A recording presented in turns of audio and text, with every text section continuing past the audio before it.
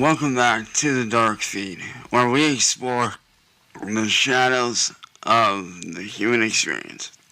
I'm your host, and today we're diving into a deeply personal and troubling story, one that illustrates the complexities of accountability, desperation, and the failures of law enforcement in the face of cyberbullying. This episode is not just a narrative, it's a call for understanding and change.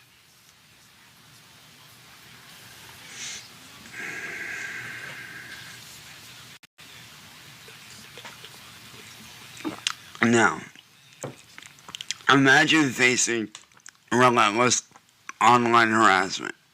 Trolls who invade your digital space relentlessly, attacking your character, your sanity, and your peace of mind. Now imagine reaching out for help, only to find that the very institutions designed to protect you seem indifferent to you, to your suffering.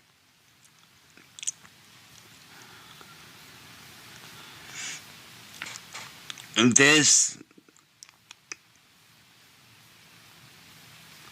is the reality many victims of cyberbullying encounter, and it's a reality that can lead to desperate choices.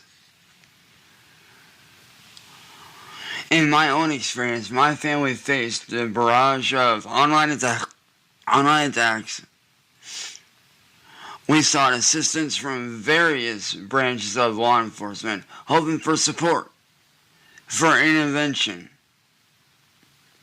However, time and time again, we were met with apathy and inaction.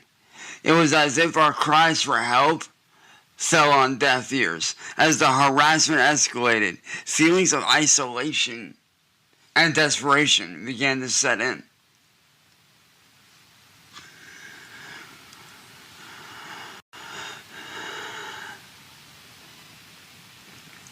When law enforcement fails to act, it creates a void. A void filled with frustration and rage. The lack of accountability for the trolls and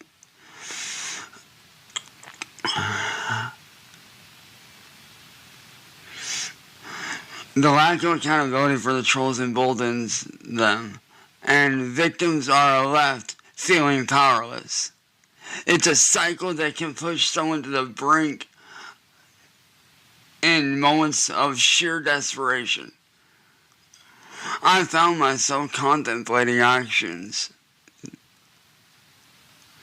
that I would have never considered in a calmer state of mind.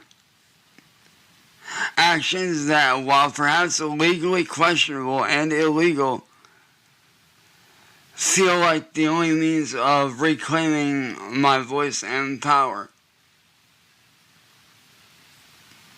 Now let's be clear, engaging in illegal activities is never an ideal situation or an ideal solution. However, I believe it is crucial to understand the context of such actions. When the systems meant to protect you fail,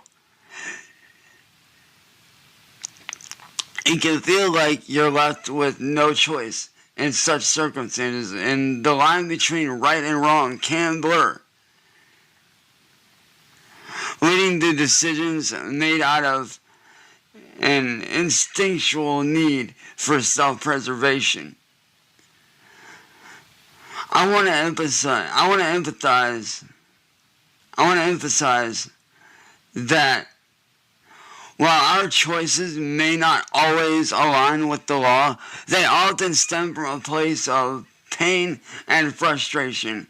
In legal terms, many might argue that accountability should extend to those who have failed to act, those who were tasked with our protection.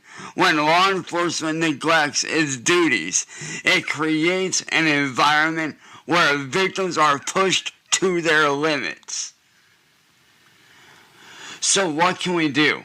How can we address these failures? First and foremost, we need to raise awareness about the impacts of cyberbullying and the urgent need for better training and resources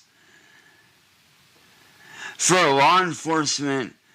Victims must be heard, and their experiences are validated. We need a system that doesn't just react, but actively protects and empowers those in distress. To anyone out there who feels trapped in a cycle of harassment and desperation and despair, remember, your feelings are valid. While it might seem that you have no options, there are organizations and resources available that specialize in supporting victims of cyberbullying. Reach out and seek help. And don't hesitate to share your story, because together we can create a culture of accountability and change. Thank you for tuning in to today's episode of The Dark Feed. If you or someone you know is struggling with cyberbullying, reach out for help. You're not alone. And there's hope for a brighter tomorrow. Until next time, stay safe and take care of yourselves.